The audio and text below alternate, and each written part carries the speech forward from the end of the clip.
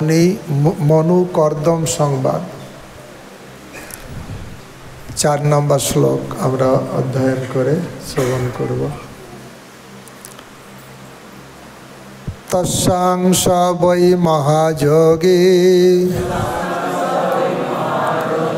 যুক্তানাং যোগলক্ষণৌ সসর্জ কথিতা বীর্যং তন্মে শুশ্রূষবে বদ। তস্যাং স বৈ মহাযোগী যুক্তায়াং যোগলক্ষণৌ সসর্জ কথিতা বীর্যং তন্মে শুশ্রূষবে বদ। তস্যাং স বৈ মহাযোগী যুক্তায়াং যোগলক্ষণৌ সসর্জ কথিতা বীর্যং তন্মে শুশ্রূষবে বদ।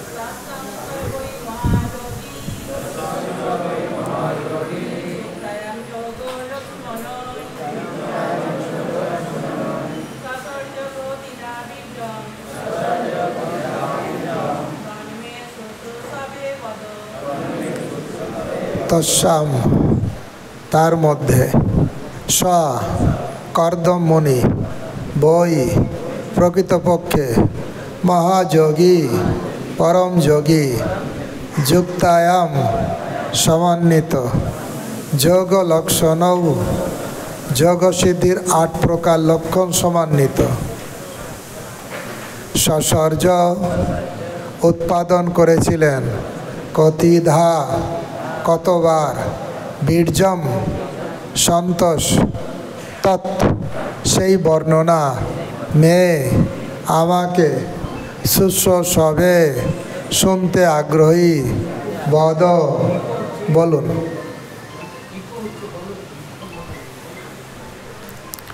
এখানে বিদুর কর্দম মুনি তার পত্নী দেবহূতি এবং তার সন্তানদের সম্বন্ধে প্রশ্ন করেছেন।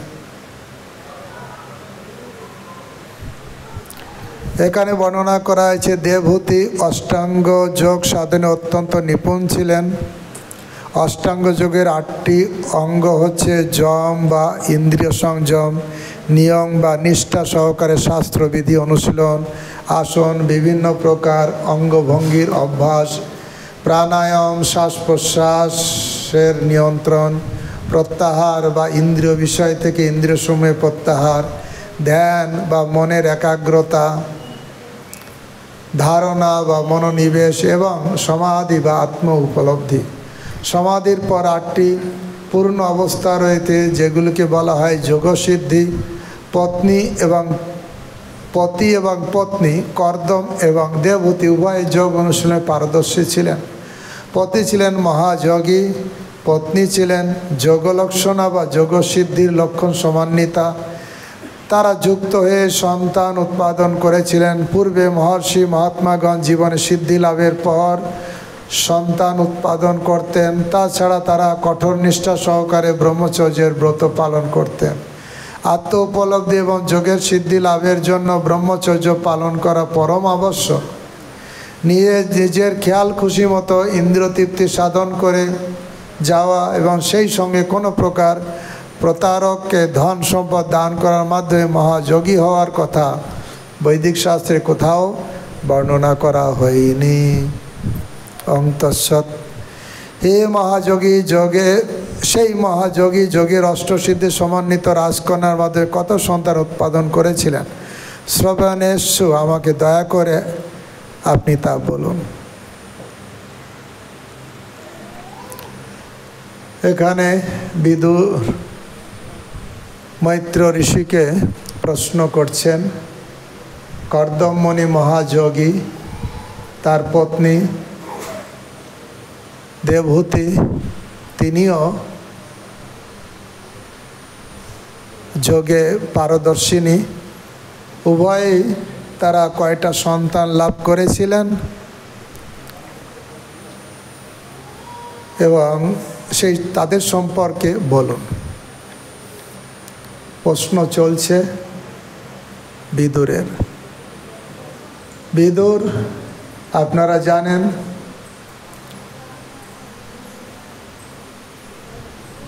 পঞ্চপাণ্ডব কৌরব তাদের ভিতর যখন যুদ্ধ হবে, উনি ধার্মিক ছিলেন। একদিন ধৃতরাষ্ট্র বিদুর মন্ত্রী তো তাকে জিজ্ঞাসা করলেন ডেকে, যুদ্ধ তো একদম সমাগত, প্রায় দুই ভাইয়ে ভাইয়ে যুদ্ধ হবে, কি করা যায়? বিদুর, তোমার কি সাজেশন? বিদুর বললেন, হে মহারাজ বা বড় ভাই যেটা বলুন,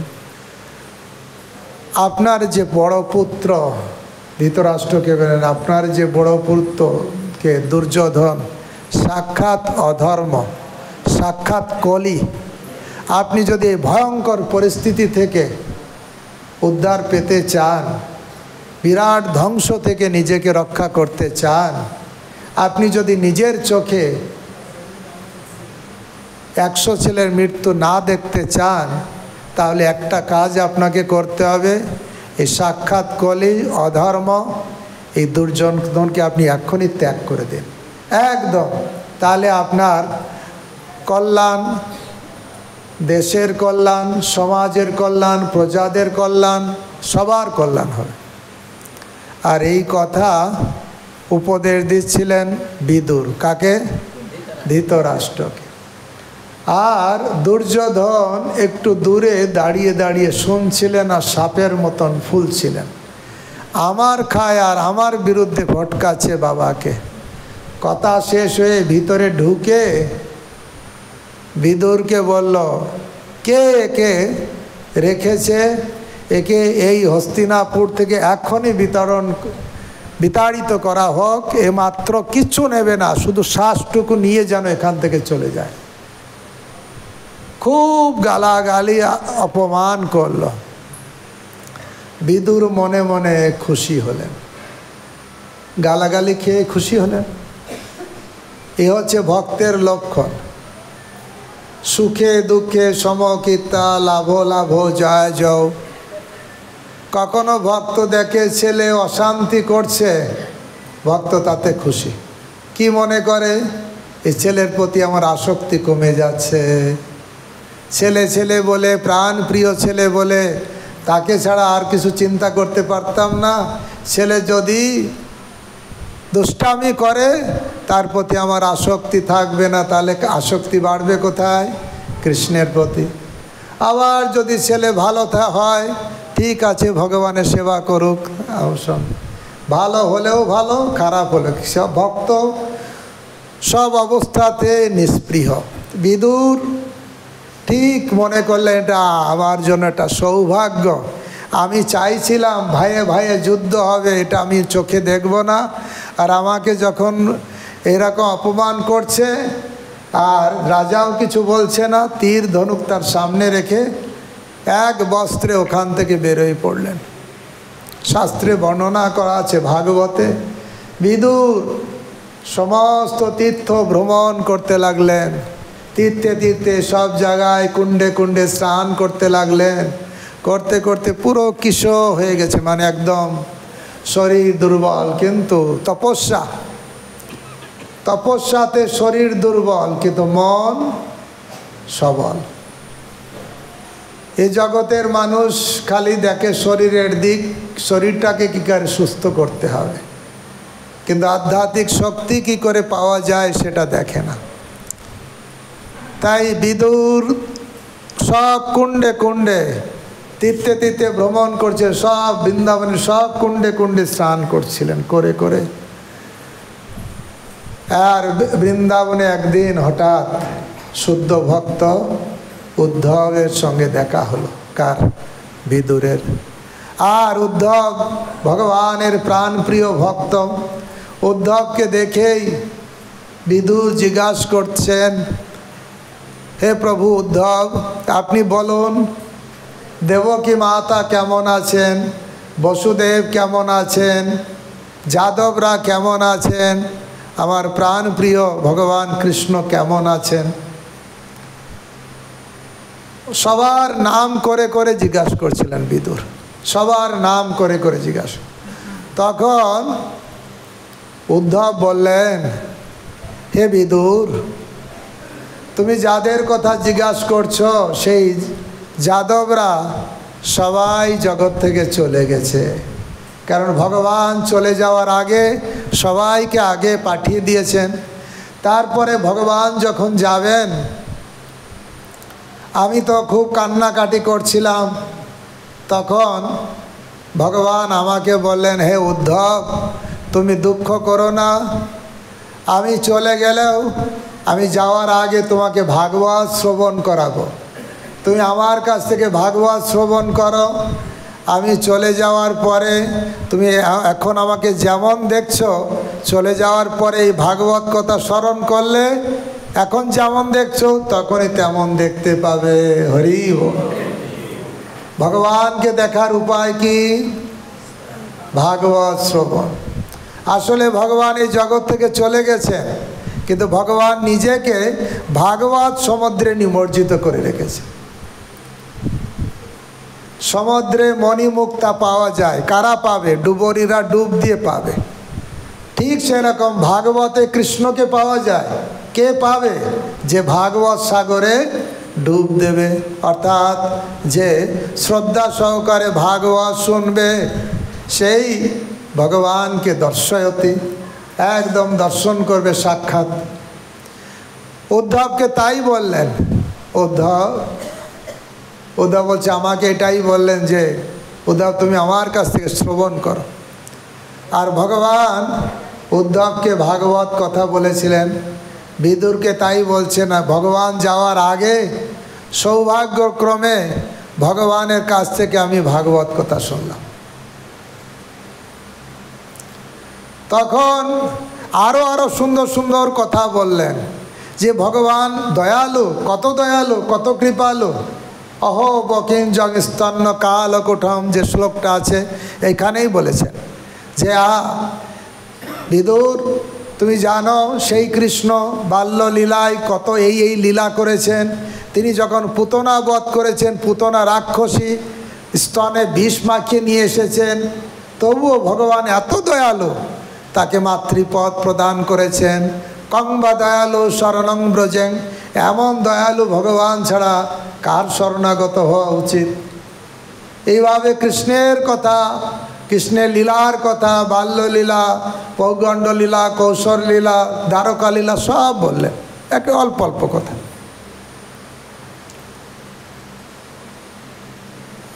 তখন বিদুর বললেন, হে প্রভু উদ্ধব, আপনাকে তো ভগবান ভাগবত কথা বলেছেন, আপনি আমাকে সেই ভাগবত কথা শোনান, যে ভাগবত কথা আপনি ডাইরেক্ট ভগবানের কাছ থেকে পেয়েছেন, যে ভাগবত কথা শ্রবণ করলেই সাক্ষাৎ কৃষ্ণের দর্শন হয়, সেই ভাগবত কথা আপনি শুনেছেন, আপনি আমাকে বলুন।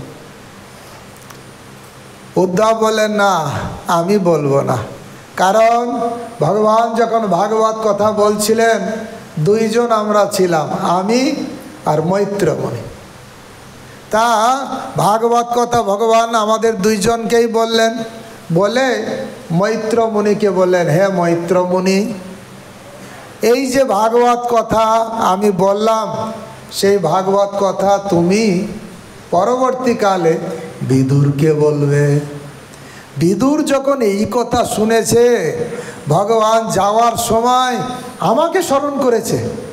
ভগবানের চলে যাওয়ার সময় যা অন্তিমে উদ্ধবকে ভাগবত কথা বলছে, আর তখনই যাওয়ার আগে আমার কথা স্মরণ করেছে যে এই কথা তুমি মৈত্র মুনিকে বলেন, বিদুরকে বলো।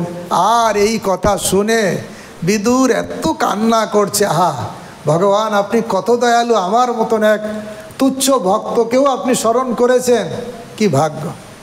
আমরা দেখি কখনো যদি গুরু মহারাজ আমাদের নাম বলে তখন মনের ভিতরে কি যে আনন্দ হয়, সে আনন্দের শেষ থাকে না। তো স্বয়ং ভগবান বিদুরের নাম বলেছে, আর বিদুর এই শুনে আহা আমার ওই ভগবানের মনের কোনো কণায় আমি আছি, তাহলে আমি ভাগ্যবান, এই বলে কান্না করলেন।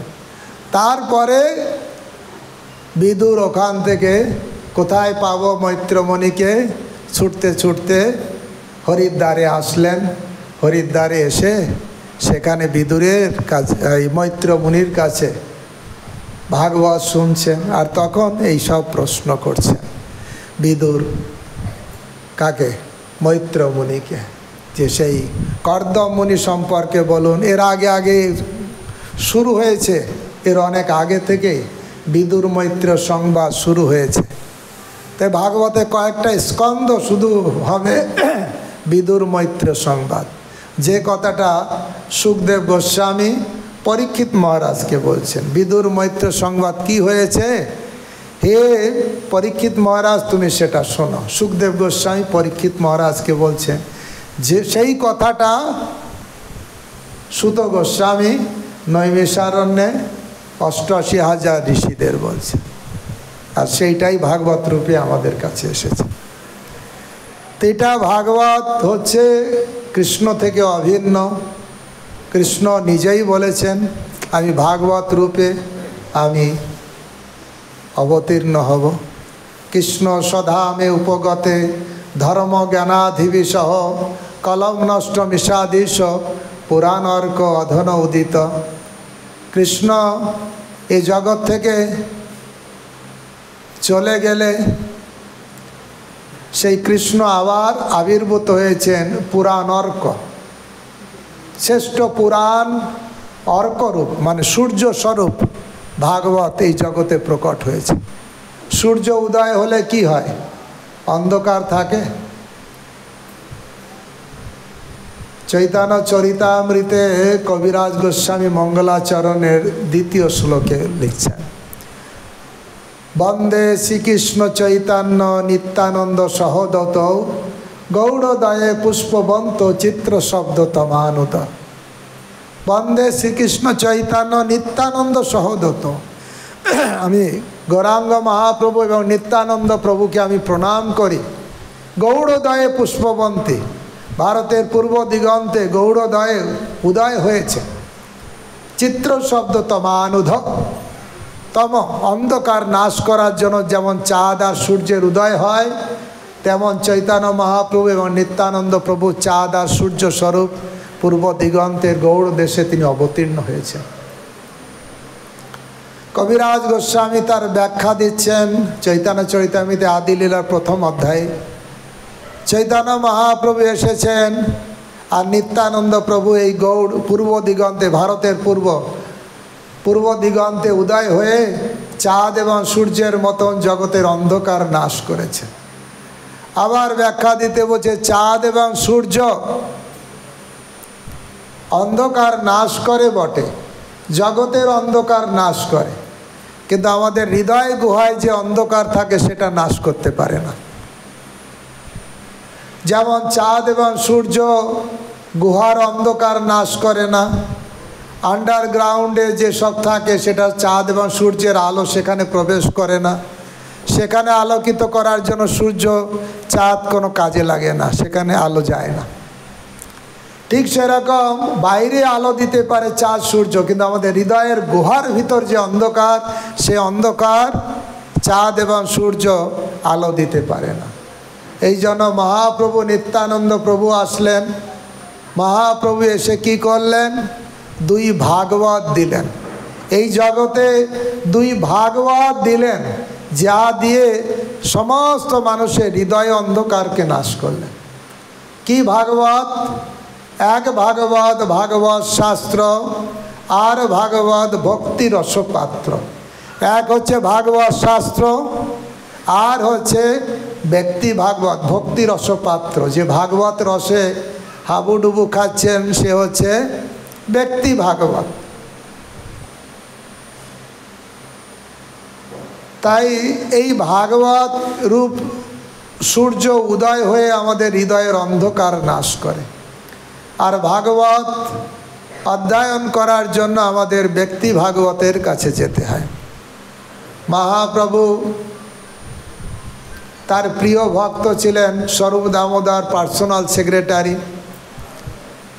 একজন বাংলার কবি, তিনি কিছু নাটক লিখে, জয় শ্রী শ্রী গৌর নিত্যানন্দ চন্দ্র গৌরাঙ্গ, শ্রী শ্রী রাধা বৃন্দাবন মোহন,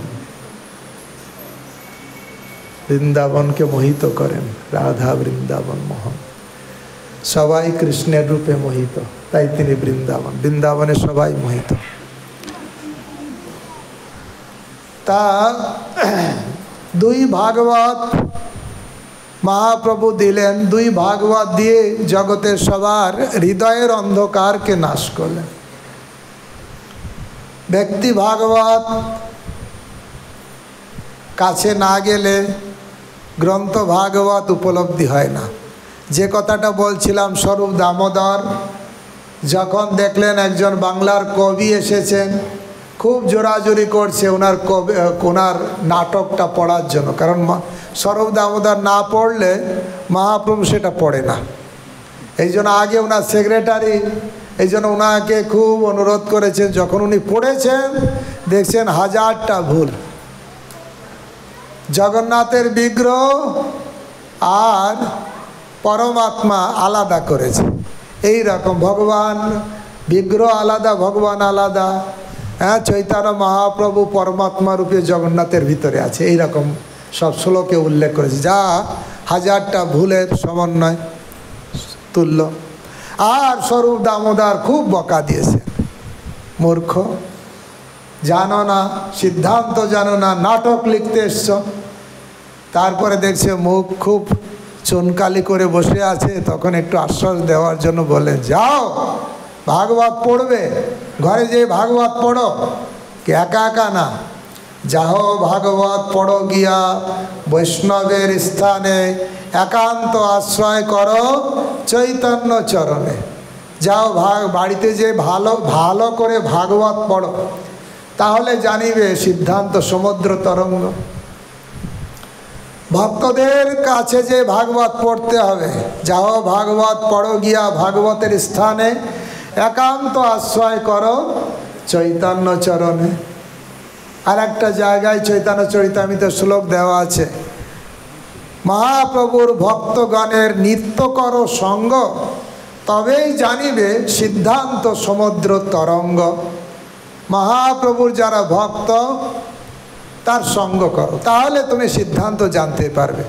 বই পড়ে পড়ে পাহাড় সমান বই পড়লেও জানতে পারবে না। নায়মাত্মা প্রবচনে ন মেধয়া, বড় লেকচার দিয়ে জানা যাবে না, ন মেধয়া, মেধা দিয়েও জানা যাবে না, না বহু না শ্রুতে ন, অনেক শাস্ত্র শুনে শুনে মুখস্থ করলেও জানা যাবে না। জামে বৈশে বিবুনিতে তেনেও লব্ধা তনুম শ্যাম। যখন আমরা ভগবানের প্রতি সেবামুখী হব, স্বয়মেব স্ফূর্তি হবে। তাই ভাগবতের করুণা হলে ভাগবত হৃদয় প্রস্ফুটিত হবে, আর সেটা ভক্তের করুণা সাপেক্ষ। এই জন্য ভক্তের কাছে ভাগবত পড়তে হয়। বিদুর চলে আসলেন মৈত্র মুনির কাছে, ভাগবত শুনে শুনে এত ওনার আনন্দ হচ্ছিল, আর ভাবলেন, তখন ওই জীবের প্রতি দয়া হলো। ভাগবত শ্রবণ মানে জীবের প্রতি দয়া। এরা ভাগবত শ্রবণ না করে, হরিনাম না করে কত কষ্ট পাচ্ছে, দয়া ভাব আসে। বিদুরের তাই হলো, যে ভাগবত শুনতে শুনতে এমন হলো, আমার এক বুড়ো বাম, বুড়ো কোথাকার সে দাদা ধৃতরাষ্ট্র, চোখে দেখে না, কাজেও সেরকম অন্ধ, এমনি চোখ অন্ধ আর কাজেও সেই অন্ধ, আর সে পড়ে আছে এখনো। যাদের 20 লাড্ডু খাওয়ায় মারার চেষ্টা করেছিল, লাক্ষাগৃহে পুড়িয়ে মারার চেষ্টা করেছিল, সব জানে, কিন্তু এখন তারাই রাজা হয়েছে, তাদের দেওয়া খাবার খাচ্ছে। কুকুরকে যেমন খেতে দেয় সেরকম খেতে দিচ্ছে, আর আমার বুড়ো দাদাটা এখনো পড়ে সেখানে খাচ্ছে। তার প্রতি খুব দয়া হলো। কার প্রতি দয়া হলো? ধৃতরাষ্ট্রের প্রতি, দাদার প্রতি দয়া হলো। তাই আবার ছুটতে ছুটতে হরিদ্বার থেকে আবার হস্তিনাপুরে আসলেন। যখনই বিদুর এসেছেন, এতদিন পরে, যুদ্ধের আগে চলে গেছে, যুদ্ধ শেষ হয়েছে, রাজা হয়েছে, বিদুর কাকা এসেছে, কি আনন্দ! বিদুর কাকারের জন্য লাক্ষাগৃহ পোড়া থেকে রক্ষা করেছে। সব সময় বিদুর কাকা, এই পঞ্চ পাণ্ডব, তারা ভাবে আমাদের রক্ষা করেছে। এই বিদুর কাকা এসেছে, আর কি আনন্দ! কিন্তু বিদুর কাকা এসেছে কি এই ভাইপোর রাজা হয়েছে রাজসুখ ভোগ করার জন্য?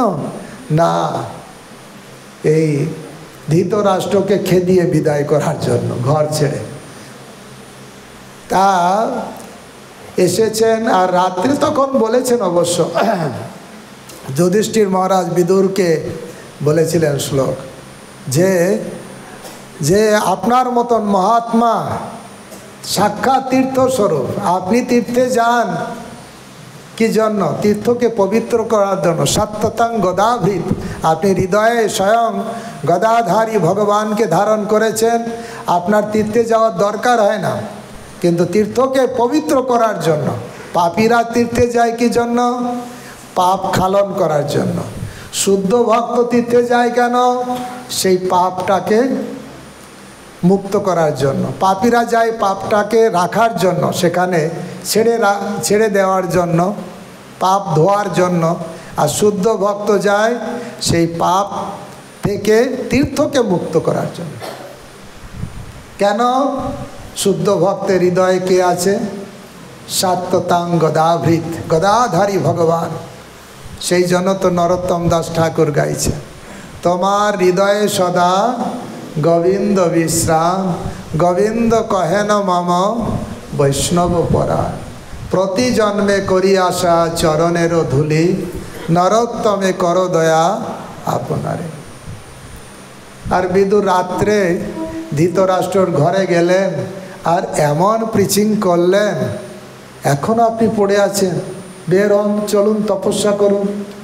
এই সংসার নিয়ে এখনও পড়ে আছেন কেন? চলুন, বয়স হয়ে গেছে, 2 দিন পরে তো যমদূত টানবে আপনাকে, তার আগে চলুন। এমন প্রিচিং করলেন, দিনে একদম 1 রাতের ভিতরেই ধৃতরাষ্ট্র সাধু হয়ে চলে গেল। বিদুরের কাছ থেকে প্রিচিং পলিসিটা জানতে হবে। ওনার এত স্ট্রং প্রিচিং ছিল, ধৃতরাষ্ট্র চলে গেল। তো এইভাবে দেখা যায় শুদ্ধ ভক্তের কৃপা হলে সংসার থেকে মুক্ত হওয়া যায়।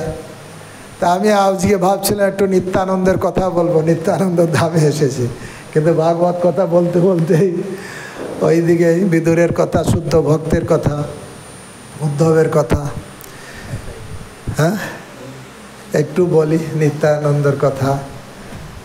তারপরে যদি বিকালে সময় হয় আলাদা করে বলা যাবে, যদি ভক্তরা চায় সময় থাকলে।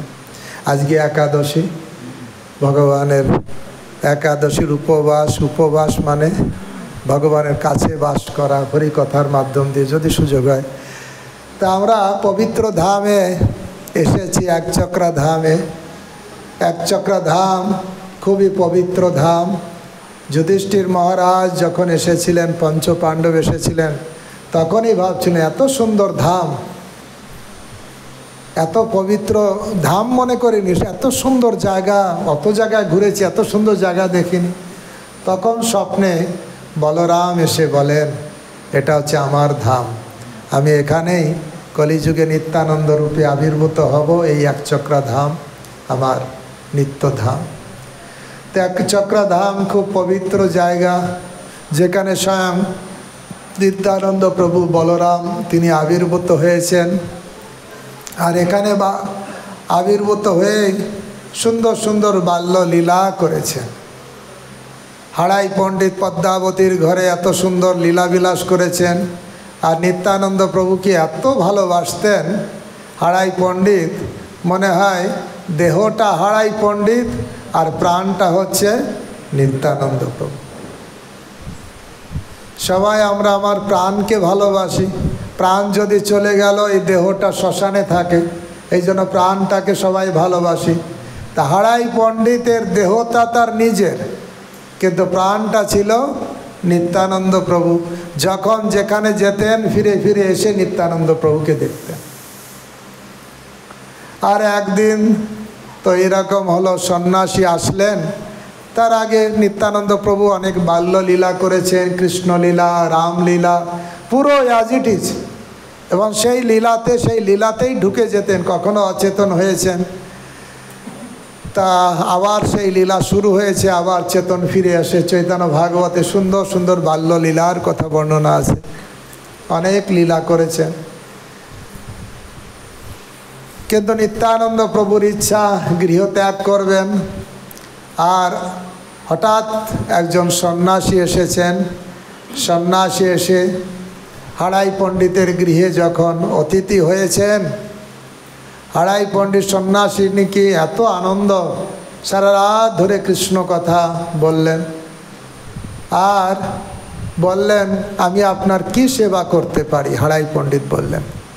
তখন বললেন, আপনার যে পুত্র আছে কয়েকজন, তার ভিতর যে বড় পুত্র নিত্যানন্দ, তাকে আমাকে দিন। কারণ আমি সন্ন্যাসী, আমার কোনো সেবক নেই, আমার সঙ্গে একজন সেবক দরকার।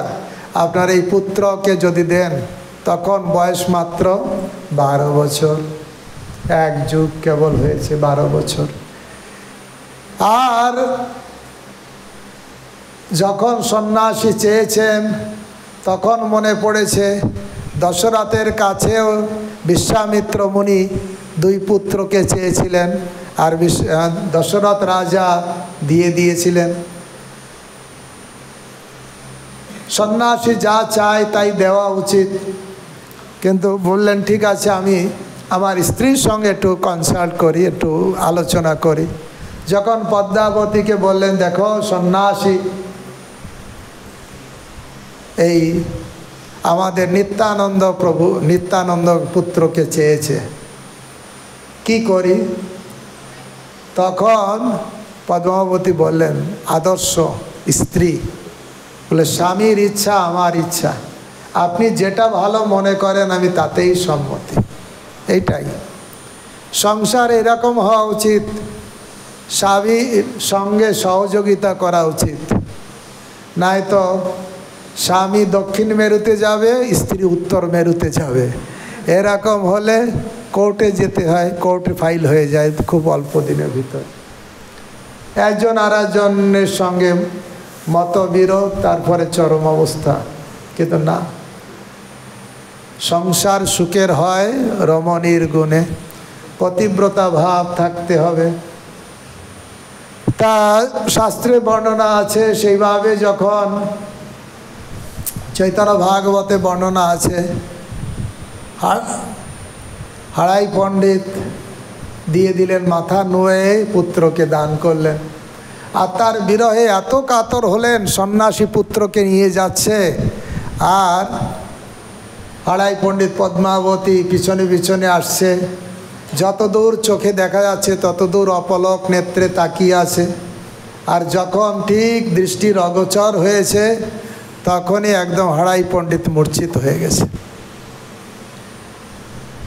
বর্ণনা আছে 3 মাস কিছু খাওয়া দাওয়া করেনি।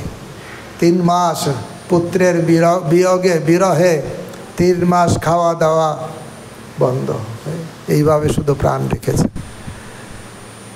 সন্ন্যাসী নিত্যানন্দ প্রভুকে নিয়ে অনেক অনেক তীর্থ ভ্রমণ করে অল্প কিছু পরেই সন্ন্যাসী আলাদা দিকে চলে গেলেন। নিত্যানন্দ প্রভু একা একা ভ্রমণ করেছেন। শাস্ত্রে বর্ণনা করা আছে কোন কোন তীর্থে গিয়েছেন। আতীত ভ্রমণকালে মাধবেন্দ্র পুরীপাদের সঙ্গে দেখা হয়, দুইজন দুইজনকে আলিঙ্গন করেন, দুইজন দুইজনের প্রেম প্রকাশ হয়, সেখানে দীক্ষা গ্রহণ করেন। তারপরেও তীর্থে তীর্থে ভ্রমণ করতে করতে নিত্যানন্দ প্রভু যখন বৃন্দাবনে গিয়েছেন, আর ভাবলেন আমি তো বলরাম, আমার কানাই কোথায়? বলরাম ভাবে আবিষ্ট হয়ে হাতে লাঙল রাখতেন, আর বলরাম ভাবে আবিষ্ট হয়ে কানাই কানাই কানাই বলে চিৎকার করছে, কোথায় কানাই, কোথায় কানাই? কিন্তু কানাই তো আসলো না। গোবর্ধনের ভিতর থেকে আর একজন এসেছিল, হ্যাঁ, অভিরাম ঠাকুর, শ্রীদাম সখা এসেছে। শ্রীদাম সখা সেই দাপর যুগের দেহ, সেই উঁচুলম্বা দেহ। কারণ কৃষ্ণ বলরাম যখন মথুরায় চলে গেছিলেন, সেই বিরহে শ্রীদাম সখায় এত কাতর হয়েছিলেন, তিনি গোবর্ধনের গুহাতে ঢুকে গিয়েছিলেন, সেখানেই ছিলেন। আর তারপরে সেই দাপর যুগ গেল, কলিযুগ এত বছর হলো, কোনো খেয়াল নেই, সেখানেই বিরহে আছেন। কিন্তু এতদিন পরে যখন কানাই কানাই আওয়াজ পেয়েছেন, আর তখন বের হয়েছেন, এত বড় দেহ। শ্রীদাম সখা জিজ্ঞাসা করছেন, আপনি কে? কানাই কানাই বলছেন। তা বলছে, দেখছো না আমার হাতে লাঙল আছে, আমি হচ্ছে বলাই, আমার কানাইকে খুঁজছে, কানাই কোথায়? বলছে, আপনি বলাই? এত ছোট দেহ কি করে হয় আপনি বলাই? বলে, হ্যাঁ আমি বলাই। বলে, বলাই? তাহলে একটা প্রমাণ হবে। কি করে? না, আমরা এই গোবর্ধন দৌড় দিতাম, কিন্তু আমি কোনো দিন বলরামের সঙ্গে, বলাইয়ের সঙ্গে কখনো দৌড়ে পারিনি। তা তুমি যদি সত্যি বলরাম হও, তো চলো একটা দৌড় দিই, গোবর্ধন পরিক্রমা হয়ে যাক। শ্রীদাম সখার অত সেই দাপর যুগের দেহ, অত লম্বা দেহ, কিন্তু শ্রীদাম সখা দৌড়িয়ে পারলেন না নিত্যানন্দ প্রভুর সঙ্গে। নিত্যানন্দ প্রভু আগে চলে এসছেন। তখন বললেন, হ্যাঁ প্রভু, এখন আমি বুঝতে পেরেছি আপনি হচ্ছেন বলাই। তবে কানাই তো বৃন্দাবনে নেই, কানাই গৌড় দেশে নবদ্বীপে গৌর হয়েছেন, আর তিনি অকাতরে প্রেম বিতরণ করছেন। বলে, আরে কানাই নবদ্বীপে, আর আমি এখানে কি করছি? তাহলে আমি যাই। তাই বলে যখন রওনা দিলেন, শ্রীদাম সখা বললেন, প্রভু আমি আপনার সঙ্গে যাব। তাই তোমার এত বড় লম্বা দেহ নিয়ে তুমি যাবে? কোনো ঘরেই ঢুকবে না, ধর সবাই 3.5 হাত, তোমার এত বড় লম্বা দেহ। না না প্রভু, সবাই প্রেম পাচ্ছে, সবাই আনন্দে হাবুডুবু খাচ্ছে, সংকীর্তন আন্দোলন করছে, আর আমি এখানে পড়ে থাকবো না, আমি যাব। তখন নিত্যানন্দ প্রভুর হাতে লাঙল থাকতেন, সেই হল দিয়ে এখানে লাগিয়ে দিয়ে একদম টেনে 3.5 হাত করে দিলেন, টেনে সোজা করে দিলেন। যেমন রেবতীকে করেছিলেন। রেবতীকে সেই সত্য যুগের দেহ ছিল, তাকে টেনে ঠিক দাপর যুগের দেহ করে দিয়েছিলেন। শ্রীদাম সখাকেও তাই করে দিলেন। নাম হলো অভিরাম ঠাকুর। আর দুইজন আসলেন গৌড় দেশে। অভিরাম ঠাকুর চলে গেলেন খানাকুল কৃষ্ণনগরে, সেখানে হুগলিতে।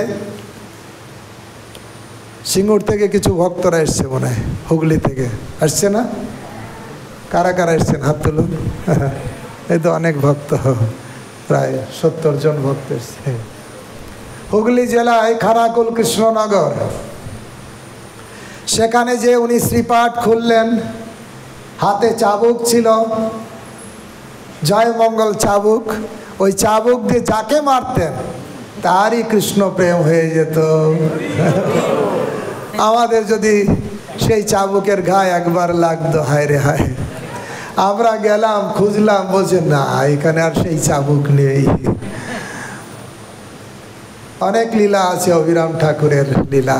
কিন্তু নিত্যানন্দ প্রভু এদিক ওদিক গেলেন না, সোজা চলে আসলেন নবদ্বীপে।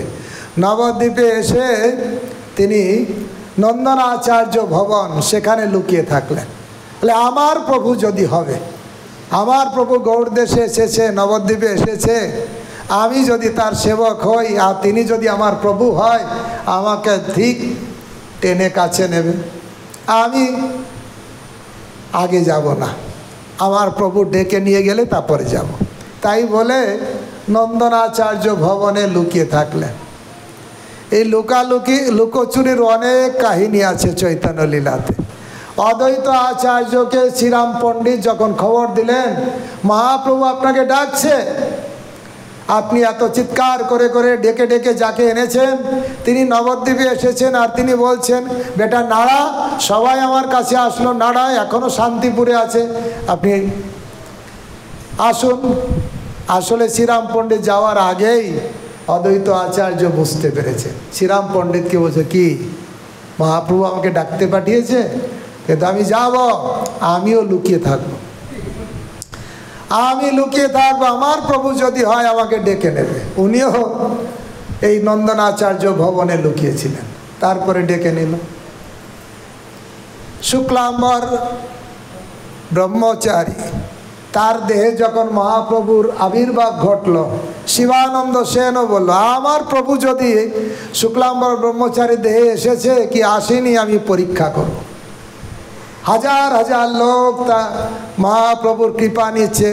শুক্লাম্বরের দেহে আবিষ্ট, সরি নকুল ব্রহ্মচারী, শুক্লাম্বর দেহ না, শুক্লাম্বর তো এখানে, সরি ব্রহ্মচারী মা, ওরা আছে নকুল ব্রহ্মচারী, পিয়ারিগঞ্জ অমুয়ামুলুক, নকুল ব্রহ্মচারী দেহে মহাপ্রভুর আবেশ হয়েছে, সবাই আসছে, কিন্তু আমি লুকিয়ে থাকবো। শিবানন্দ সেন বলছে যদি আমার প্রভুই যদি নকুল ব্রহ্মচারীর শরীরে আবেশ হয় তাহলে আমাকে ডেকে নিয়ে আসবে, আর আমার বীজ মন্ত্র আমি জানি, গুরুদেব জানে, আর ভগবান জানে, উনি তো ভগবান, উনি যদি আমার বীজ মন্ত্র বলতে পারে তাহলে বুঝবো উনি গৌরাঙ্গ মহাপ্রভু। তো এইভাবে লুকোচুরির অনেক খেলা আছে গৌরাঙ্গ লীলাতে। নিত্যানন্দ প্রভু লুকিয়ে থাকলেন কোথায়? নন্দনাচার্য ভবনে। নন্দনাচার্য ভবন চিনতে সুবিধা হবে। ইস্কন মায়াপুর, আমাদের ইস্কন মন্দির থেকে কেউ যদি নবদ্বীপের দিকে যাবে তাহলে প্রথম যে গৌড়ীয় মঠটা একটা আছে, একদম এই ইস্কনের সঙ্গে ওটা না, তারপরে ইস্কনের মেন গেট পার হয়ে প্রথম যে গৌড়ীয় মঠটা বাঁ পাশে পড়বে সেই হচ্ছে গোস্বামী মহারাজের মঠ বলে লেখা, ওখানে লেখা আছে নন্দনাচার্য ভবন। ওই জায়গায় নিত্যানন্দ প্রভু লুকিয়ে থাকলেন। যখন লুকিয়ে থাকলেন, এদিকে মহাপ্রভু ভক্তদের নিয়ে নিত্য কীর্তন করছেন, সংকীর্তন করছেন। একদিন সকালে মহাপ্রভু ভক্তদের ডাকলেন, ভক্তগণ আমি গতকাল রাত্রে এক স্বপ্ন দেখেছি। এক বিরাট রথ, রথের নাম হচ্ছে তালধ্বজ রথ, আমার সামনে, বাড়ির সামনে এসে নামলো। তালধ্বজ রথ কার? বলদেবের। জগন্নাথের রথ কি? নন্দী ঘোষ। সুভদ্রার রথের নাম কি? দর্পদলন। বলছেন চৈতন্য তালধ্বজ রথ, এক বিরাট রথ আমার ঘরের সামনে আসলো। মহাপ্রভু তার স্বপ্নের কথা বলছে ভক্তদের। দেখলাম সেই রথ থেকে এক দিব্য পুরুষ, বিরাট পুরুষ বের হলেন, আর বের হয়ে জিজ্ঞাসা করলেন এটাই কি মহাপ্রভুর বাড়ি? এটাই কি মহাপ্রভুর বাড়ি? এটাই কি মহাপ্রভুর বাড়ি? মহাপ্রভু বললেন, আমি তাকে জিজ্ঞাসা করলাম আপনি কে? আপনি কে? কোনো উত্তর দিলেন না, শুধু প্রশ্ন করলেন এটাই কি মহাপ্রভুর বাড়ি? এটাই কি মহাপ্রভুর বাড়ি? মহাপ্রভু বললেন, আমি আবারও প্রশ্ন করলেন আপনি কে? কে হে মহাজন? কোনো উত্তর না দিয়ে বললেন আপনার আমার সঙ্গে কাল দেখা হবে। এই বলে আমার স্বপ্ন ভেঙে গেল। তখন মহাপ্রভু বলেন এই স্বপ্ন দেখেছি মানে আমি কনফার্ম এই নবদ্বীপে কোনো মহাপুরুষ এসেছে, কোথাও লুকিয়ে আছে কোনো মহাপুরুষ, মহান ব্যক্তি এই নবদ্বীপে এসেছে। হরিদাস ঠাকুর শ্রীবাস ঠাকুর দুইজনকে পাঠালেন, যাও দুইজন খুঁজে নিয়ে আসো। দুইজন খুঁজতে গেলেন, সব মন্দিরে মন্দিরে খুঁজলেন, মহাপুরুষ এসছে, মহাপুরুষ না। সবার বাড়ি বাড়ি, এমনকি রাত্রে যে দরজা ঠুকাচ্ছে, হরে কৃষ্ণ হরে কৃষ্ণ। ঘর থেকে লোকেরা, হ্যাঁ কি হয়েছে, আপনাদের বাড়িতে কোনো মহাপুরুষ এসছে? না, মহাপুরুষ আসেন। সব বাড়ি বাড়ি খুঁজলেন, কোথাও মহাপুরুষকে খুঁজে পেলেন না। তারপরে বিফল মনোরথ হয়ে দুইজন আবার মহাপ্রভুর কাছে ফিরে আসলেন, প্রভু আমরা তো খুঁজে পেলাম না। নিত্যানন্দ প্রভুকে খুঁজে পাওয়া, যিনি হচ্ছেন আদি গুরু, নিজের চেষ্টায় খুঁজে পাওয়া যাবে? তাই শাস্ত্রে বলছেন কৃষ্ণের কৃপা হলে গুরুকে পাওয়া যায়, আর গুরুর কৃপা হলে কৃষ্ণকে পাওয়া যায়। তাই নিত্যানন্দ প্রভু আদি গুরু তত্ত্ব, গুরুর কে খুঁজে পেতে গেলে কৃষ্ণের কৃপা দরকার। কৃষ্ণ যাকে কৃপা করে, কোনো ভাগ্যবানে গুরু অন্তর্যামী রূপে শিখায় আপনে। কারো প্রতি যদি কৃষ্ণের কৃপা হয়েছে, বুঝতে হবে প্রথম কৃপা সে সদ্গুরু লাভ করতে পেরেছে। কৃষ্ণের কৃপা হয়নি, আউল বাউল কর্তা ভেজা নেড়া দরবেশ অতি বাড়ি চূড়াধারী গৌরাঙ্গ নাগরী তোতা কহে এই 13 সঙ্গ নাহি করি। এরকম কত, জয়দেবের মেলায় গেলে দেখবেন কত সম্প্রদায় আছে না, গাঁজা ফুকছে, কেউ এই করছে এই করছে, কত আখড়া আছে না, বীরভূম জেলায় না জয়দেবের আখড়া। তা এখানে খুব অনেকে গানের পাগলের মেলা, কোন ধরনের পাগল আছে, কৃষ্ণ ভক্তের যে মেলা তারা এক ধরনের পাগল, কিন্তু কেউ গাঁজা খাওয়ার পাগল, কেউ এই পাগল সেই পাগল, অনেক আছে। তা আসলে কৃষ্ণের কৃপা না হলে এই রকম গুরু কপালে জুটবে, যে গুরু শিষ্যের সম্পদ সব নিয়ে নেবে। আমি বলছি না, শিব পার্বতীকে বলছেন, হে পার্বতী এই জগতে অনেক গুরু আছে শিষ্যের টাকা পয়সা হরণ করার জন্য। গুরু বহু বসন্তি শিষ্য বিত্তাপহারকা, সদ্গুরু দুর্লভম দেবী, সদ্গুরু খুবই দুর্লভ। শিষ্য সন্তাপহারকা, শিষ্যের দুঃখ কষ্ট, অনাদিকালের যে দুঃখ কষ্ট সেটাকে হরণ করে। গুরুদেব আসেন, শিষ্যের অনাদিকালের বহির্মুখতা অন্তর্মুখী করে দেয়, আর কৃষ্ণ ভুলে সেই জীব অনাদি বহির্মুখ, অতএব মায়া তারে দেয় সংসার আদি দুঃখ। এই দুঃখে জর্জরিত সমস্ত দুঃখ কষ্ট নিয়ে নেয় কে? সদ্গুরুদেব। আর অসৎগুরুদেব কি করে? সেও শিষ্যের সব কিছু নিয়ে নেয়। কি নেয়? টাকা পয়সা, গাড়ি বাড়ি, পুকুরের মাছ সব নিয়ে নেয়। হরে কৃষ্ণ ভক্তগণ, তাই সদ্গুরু পাওয়া ভগবানের বিশেষ আশীর্বাদ। সেই জন্য ভগবানের কাছে কেউ যদি সদ্গুরু লাভের ইচ্ছা করেন, প্রথমে ভগবানের কাছে প্রার্থনা করতে, হে ভগবান আপনি কৃপা করুন, আপনি কৃপা করুন, আমার জন্য একজন সদ্গুরুকে পাঠিয়ে দিন। যেমন ধ্রুব মহারাজ ভগবানের কাছে প্রার্থনা করছিলেন, ভগবানকে ডাকছিলেন, ভগবান দেখছেন ও নিষ্কপটভাবে আমাকে ডাকছে, তাহলে এর জন্য একজন সদ্গুরু দরকার। তাই নারদ মুনিকে ডাকলেন, নারদ তুমি যাও, এরকে দীক্ষা দাও, একে আমাকে পাওয়ার পন্থা বলে দাও। আর নারদ মুনি আসলেন, পন্থা দিলেন, 6 মাসে ভগবানকে পেয়ে গেলেন।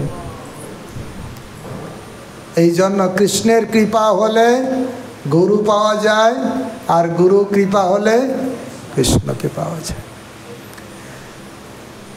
নিত্যানন্দ প্রভু আদি গুরু, তাকে নিজের চেষ্টায় হয় না, কৃষ্ণের কৃপা না হলে সদ্গুরু পাওয়া যায় না।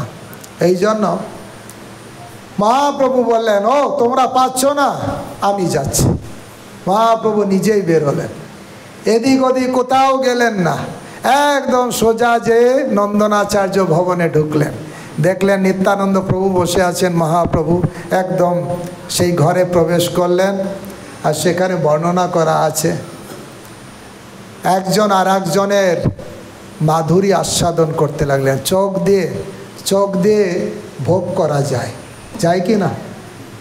ভক্তরা চক্ষু, কর্ণ, নাসিকা, জিহ্বা, ত্বক, 5টা জিনিস দিয়ে জাগতিক লোকেরা জাগতিক বিষয়ে ভোগ করে। রূপ, রস, গন্ধ, শব্দ, স্পর্শ। শুদ্ধ ভক্ত এই 5টা ইন্দ্রিয় দিয়ে ভগবানের 5টা বিষয় ভোগ করে। চৈতন্য চরিতামৃতে বর্ণনা আছে সুন্দর। চোখ দিয়ে ভগবানের রূপমাধুরী আস্বাদন হয়, কান দিয়ে ভগবানের গুণমাধুরী লীলা কথা আস্বাদন হয়, বা বংশীধ্বনি শ্রবণের মাধ্যমে কর্ণ রসায়ন হয়। নাসিকা দিয়ে ভগবানের অঙ্গ গন্ধ গ্রহণ করা যায়। জিহ্বা দিয়ে ভগবানের অধরামৃত আস্বাদন করা যায়। একটা তো ফেনা বলে একটা অধ্যায় আছে চৈতন্য চরিতামৃত, অধরামৃত। আর ত্বক দিয়ে ভগবানকে স্পর্শ করে অনুভব করা, আনন্দ অনুভব করা যায়। এই জগতে ত্বকের অনুভবে আনন্দ আছে। ছোট বাচ্চাকে কোলে নিয়ে একটা আনন্দ হয়। যুবক আর যুবতী একজন আরেকজনকে আলিঙ্গন করে একটা আনন্দ পায়। আর ভগবানকে স্পর্শ করলে একটা আনন্দ হয়। ভগবানের স্পর্শ যে আনন্দ, সর্বশ্রেষ্ঠ আনন্দ। সে আনন্দের সঙ্গে অন্য কোনো আনন্দের কোনো তুলনাই চলে না, ভগবানের স্পর্শ। তো এখানে নিত্যানন্দ প্রভু আর মহাপ্রভু একজন আরেকজনকে, চৈতন্য ভাগবতে লেখা আছে, পুরো রস আস্বাদন করছেন। চোখ দিয়ে একজন আরেকজনের রূপ মাধুরী আস্বাদন করছেন। তারপরে মহাপ্রভু জিজ্ঞাসা করছেন, হে মহাত্মা, আপনার কোথা হতে আগমন? বলছে, আমি বৃন্দাবনে গেলাম, সেখানে ভগবানকে দেখতে পাইনি। সবাই বলছেন, হ্যাঁ সব মন্দির শূন্য। সবাই বলছে গৌড় দেশে গৌড় হয়েছে, তাই আমি ছুটতে ছুটতে এখানে আসলাম। এরপরে একজন আরেকজনকে পুরো আলিঙ্গন করলেন, মহামিলন হলো। কিন্তু নিত্যানন্দ প্রভুর পরিচয় তো সব ভক্তরা জানে না। নিত্যানন্দ প্রভু কে, সে কেমন, কোন স্টেজে আছে, কি অবস্থা, কেউ জানে না, শুধু মহাপ্রভু জানে।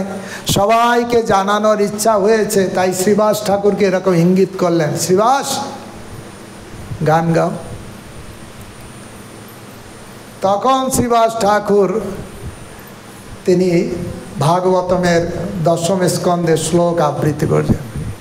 বরহা পীড়া নটবর বপু কর্ণ কর্ণিকায়াম বিব্রত ভাষা কনক কপিসং বৈজয়ন্তী চমালা।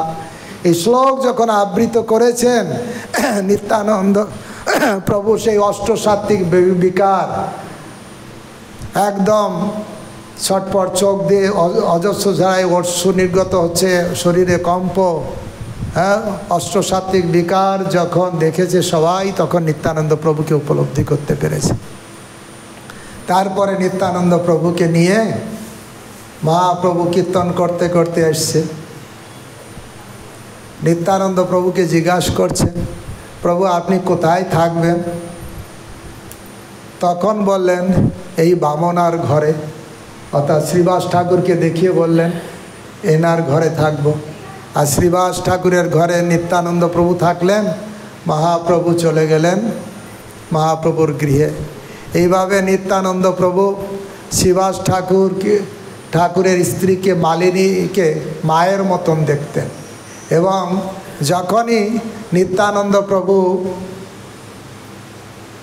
মালিনীর সামনে আসতেন, তখনই মালিনীর স্তন্য থেকে দুগ্ধ খরিত হতো। যেমন সন্তান দেখলে মায়ের স্তন্য দুগ্ধ খরিত হয়, স্বাভাবিক বাৎসল্য প্রেম, সেইভাবে স্তন্য দুগ্ধ পান করতেন, পুরো মায়ের মতন দেখতেন।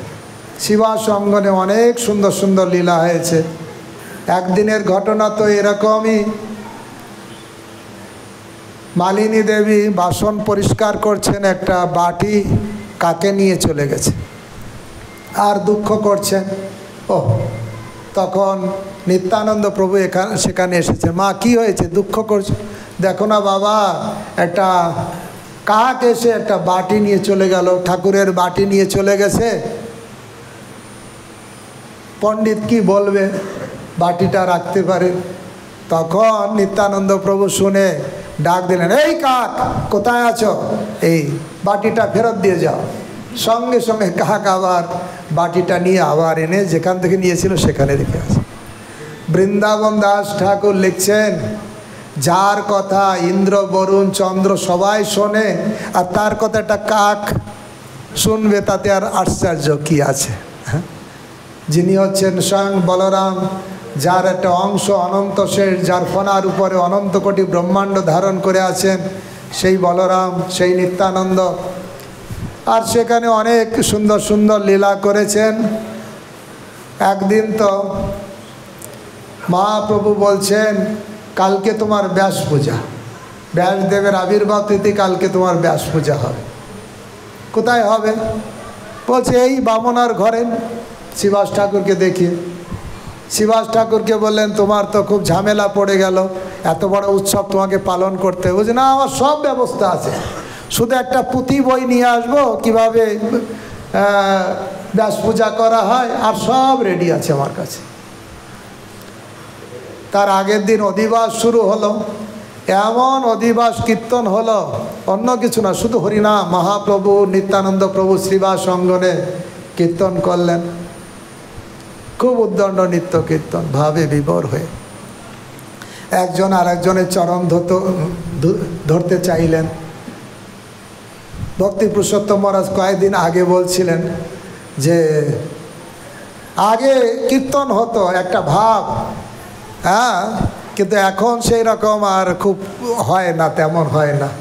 আমাদের প্রভু একদিন বলছিলেন কীর্তন মেলার কথা, মানে যেটা এক চক্রধামে হয় খুব বেশি, তা বলছিলেন যে নিত্যানন্দ প্রভু মহাপ্রভু কি উদ্দণ্ড নিত। বলছেন ভক্তি পুরুষোত্তম মহারাজ বলছিলেন, তখন এত পড়াশোনা এত কিছু ছিল না, শুধু মহাপ্রভু নবদ্বীপে শুধু কীর্তন করতেন, সবাইকে ডাকতেন, আর চলো কীর্তন, সব কীর্তন।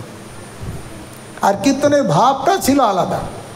বলে আমরা কিছুদিন আগেও আমরা দেখেছি, যখন তমাল কৃষ্ণ মহারাজ ছিলেন, শিবরাম স্বামী মহারাজ এখনও আছেন, গুরু মহারাজ সুস্থ ছিলেন, যেই যে নবদ্বীপ মণ্ডল পরিক্রমা, কি সুন্দর তাদের ভাব, সেই বিশেষ করে ঘোড়া দহে এত নাচানাচি হতো। তমাল কৃষ্ণ মহারাজ, গুরু মহারাজ একজন আর একজনকে মাথায় তুলে নাচতেন, আর কি তাদের ভাব তখনও আমরা দেখাই। তা মহাপ্রভু নিত্যানন্দ প্রভু অধিবাসের দিনে প্রচণ্ড নিত্য কীর্তন করলেন শ্রীবাস অঙ্গনে। তারপরে মহাপ্রভু ঘরে গেলেন, নিত্যানন্দ প্রভু শ্রীবাস অঙ্গনে বিশ্রাম করলেন। রাত্রে কি মনে হলো, ওনার দণ্ড ছিল, দণ্ডটা ভেঙে দিলেন, নিজের যে দণ্ডটা ছিল ভেঙে দিয়েছে। তারপরে সকালবেলায় ভক্তরা নিত্যানন্দ প্রভুকে নিয়ে গঙ্গায় স্নান করতে গিয়েছেন। ওনার আজকে ব্যাস পূজা হবে, আর গঙ্গায় যখন স্নান করছেন, স্নান করতে করতে ওনার এমন ভাব হয়েছে, দূরে একটা বিরাট কুমির ভেসে উঠেছে, আর নিত্যানন্দ প্রভু হুট করে যে তার ঘাড়ের উপরে উঠেছে, আর ঠিক হেলিকপ্টার মতন সারা গঙ্গায় ছুটে বেড়াচ্ছে এরকম। আর পাহাড় থেকে ভক্তরা ডাকছে, প্রভু আপনার ব্যাস পূজা, আপনার ব্যাস পূজা, আসুন আসুন। কে কার কথা শোনে, শুধু ঘুরে বেড়ায়। আসলে ভক্তদের কথা শুনছে না। তখন ভক্তরা এসে মহাপ্রভুকে ডাকলেন, প্রভু আপনি ডাকুন, আপনি না ডাকলে নিত্যানন্দ প্রভু জল থেকে উঠবে না। তা বৃন্দাবন দাস ঠাকুর লিখছেন, মহাপ্রভুর কথা নিত্যানন্দ প্রভু অঙ্কুশের মতন দেখতেন। অঙ্কুশ চেনেন? হাতি, অত বড় হাতি, ছোট্ট একটা এরকম অঙ্কুশ বলে, অঙ্কুশ মারলেই হাতি এদিক ওদিক যেদিকে বলবে মাল সেই দিকে যাবে, অঙ্কুশ মারলে সোজা। বৃন্দাবন দাস ঠাকুর এই কথাটা ব্যবহার করেছে যে মহাপ্রভুর কথা নিত্যানন্দ প্রভুর কাছে অঙ্কুশের মতন। মহাপ্রভু যদি বলে চলে আসুন, তাহলে আর শুনবে। তখন মহাপ্রভু যে ডাকছে, প্রভু আপনার ব্যাস পূজা, চলে আসুন চলে আসুন। সঙ্গে সঙ্গে নিত্যানন্দ প্রভু চলে এসছেন। এসে এভাবে ব্যাস পূজা শুরু হয়েছে শ্রীবাস অঙ্গনে। যখন ব্যাস পূজা নিয়ম হচ্ছে মালা ব্যাসদেবকে পরাতে হয়, তা সুন্দর একটা মালা নিত্যানন্দ প্রভুর হাতে দিয়েছে, দিয়ে বলছে প্রভু আজকে ব্যাস পূজা, আপনি ব্যাসদেবকে মালাটা পরান, আপনি পরান। ধরে আছে। শ্রীবাস ঠাকুর বলছে, সব ভক্তরা বলছে প্রভু মালাটা পরান, আপনার ব্যাস পূজা, আপনি ব্যাসদেবকে মালা পরান। ধরে আছে, আর কিছুই করছে না, চুপচাপ। আসলে নিত্যানন্দ প্রভু হচ্ছেন পরম কৌতুকী, পরম প্রেমী। তার দেহ স্মৃতি থাকে না। কখনো কখনো 32 বছর বয়স, মহাপ্রভু বিষ্ণুপ্রিয়া বসে আছে, সেখানে যে একদম উলঙ্গ হয়ে দাঁড়িয়ে আছে। মহাপ্রভু বলছেন কাপড় পরো, বলে আজকে আমি যাব না। এরকম কাপড় না পরে আছো কেন? আজকে আমি খাবো না। বলছে একটা, উত্তর দিচ্ছে আর একটা। মানে কৃষ্ণ প্রেমে পাগল যা বলে, নিত্যানন্দ প্রভু তার মূর্ত প্রকাশ। নিত্যানন্দ প্রভু দাঁড়িয়ে আছেন মালা নিয়ে, সবাই বলছে মালা পরান, মালা পরান, আর মালা পরাচ্ছে না। মহাপ্রভুকে ডেকে, প্রভু মালা পরানো দরকার, আপনি একটু বলুন, তাহলে একটু মালা পরাবে। মহাপ্রভু এসে বলছে প্রভু মালা পরান ব্যাসদেবকে, আর মালাটা নিয়ে মহাপ্রভুর গলায় পরিয়ে দিচ্ছে। সবার আদি যে ব্যাস ভগবান, তাকে পরিয়ে দিয়েছে। তারপরে অনেক নিত্য কীর্তন হলো সেভাবে। এভাবে ব্যাস পূজা সম্পন্ন হলো। আজকে তো 9:10 বেজে গেছে, মানে 9টায় শেষ করার কথা। ঠিক আছে, আমি রাখি। আর লীলা পরপর তো অনেক আছে, বললে সময়। আজকে 9টার সময় প্রসাদ আছে। হ্যাঁ হ্যাঁ, শেষ করে দেব। হ্যাঁ, সন্ধ্যা আরতির পরে বলছে, আবার হতে পারে। সন্ধ্যা আরতির পরে সবাই দর্শন টর্শন করে আসলেন, সন্ধ্যা আরতির পরে আবার হবে। সবার অনেক সেবা টেবা থাকে, ব্রহ্মচারী হয়েছে, বিভিন্ন অনেক গেস্ট আসছে আজকে। ঠিক আছে, পরে হতে পারে কখনো। হরে কৃষ্ণ কৃষ্ণ কৃষ্ণ হরে হরে, হরে রাম রাম, রাম হরে হরে।